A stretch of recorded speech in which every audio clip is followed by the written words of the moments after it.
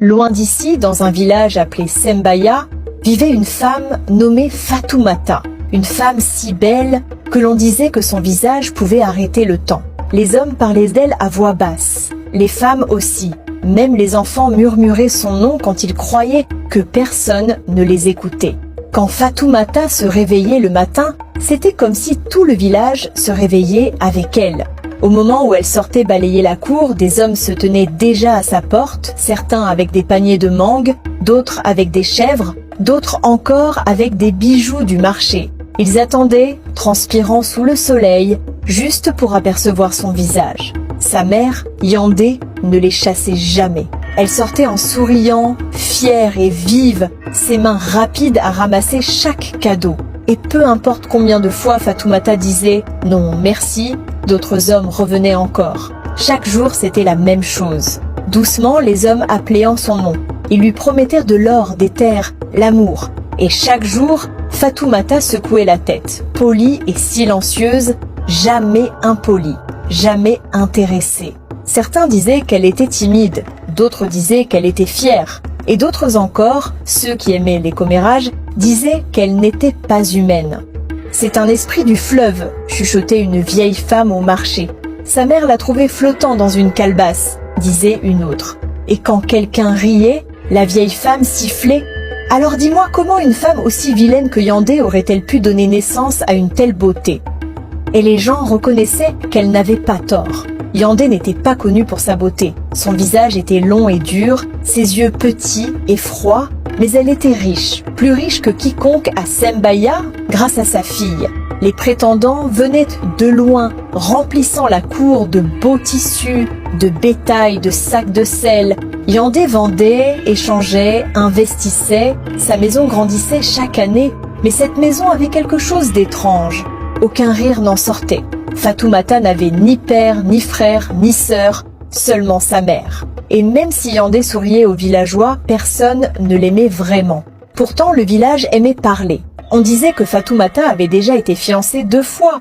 Le premier homme, un jeune cultivateur, était mort soudainement, juste avant le mariage. Le second, un soldat, s'était noyé dans le fleuve peu après lui avoir offert un bracelet d'or. Les gens murmuraient, mais Yandé fit taire les rumeurs avec des cadeaux pour les anciens, de l'argent pour le prêtre, et bientôt, tout le monde se tut. À ce moment-là, la plupart des hommes avaient peur de l'épouser, mais pas tous. Certains croyaient encore que sa beauté valait le risque. Et puis, une saison où le fleuve débordait et où les pêcheurs étaient à l'œuvre, un nouvel homme arriva à Sembaya. Il avait entendu les histoires, mais il s'en moquait. Il s'appelait Baï, et dès qu'il vit Fatoumata pour la première fois, il se jura qu'elle serait sa femme. Il venait de la côte, un pêcheur travailleur, connu pour tirer des filets plus lourds que des hommes 2 fois plus grands que lui. Son rire portait loin, son cœur était simple et bon. La première fois qu'il vit Fatoumata, c'était au marché. Elle marchandait des ignames, le soleil dessinant des reflets sur ses épaules, il en oublia le monde. Quand elle surprit son regard, il détourna les yeux honteux. Mais cette nuit-là, il ne put dormir. Le lendemain matin, il lui apporta un cadeau, un petit poisson sculpté, poli jusqu'à briller. Fatoumata le regarda et sourit pour la première fois depuis des années. Ce sourire changea tout.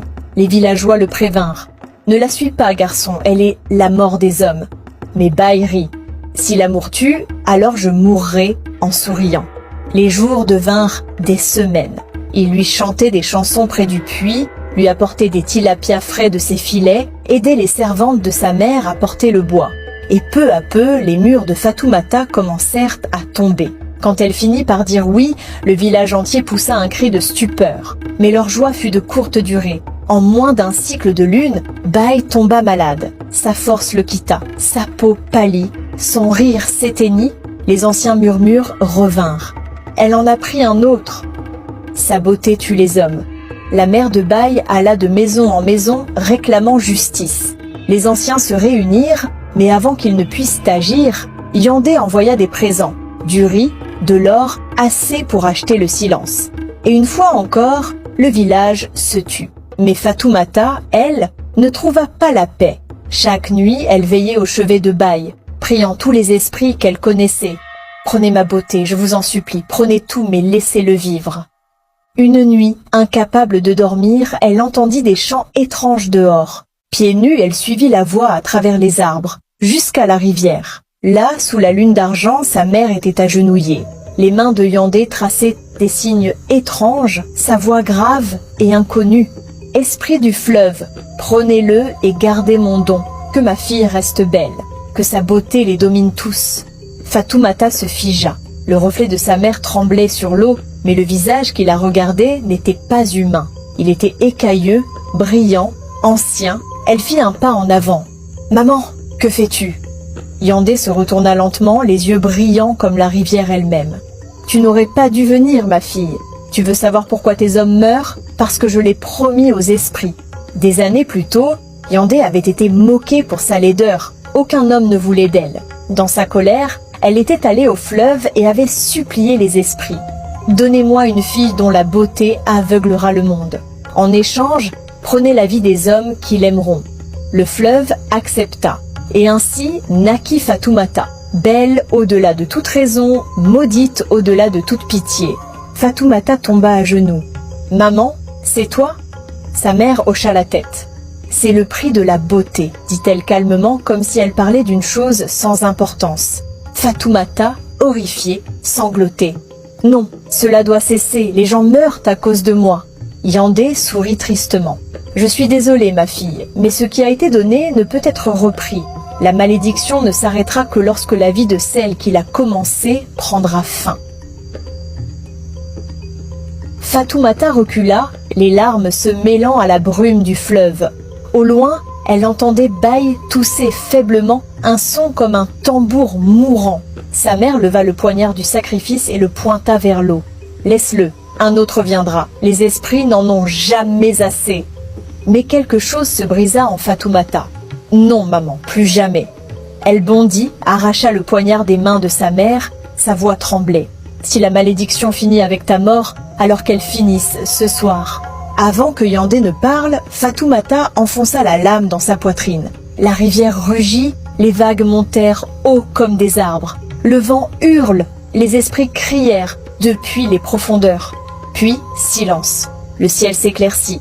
Le fleuve s'apaisa. Quand Fatoumata rouvrit les yeux, le corps de sa mère avait disparu, emporté par le courant.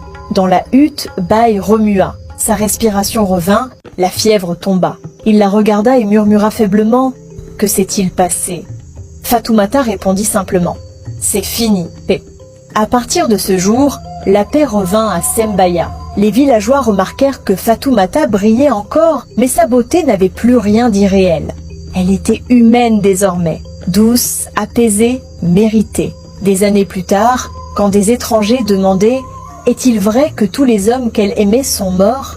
Les anciens secouaient la tête et disaient calmement « Méfiez-vous de la beauté qui fait trembler le cœur, car elle peut aussi le briser. »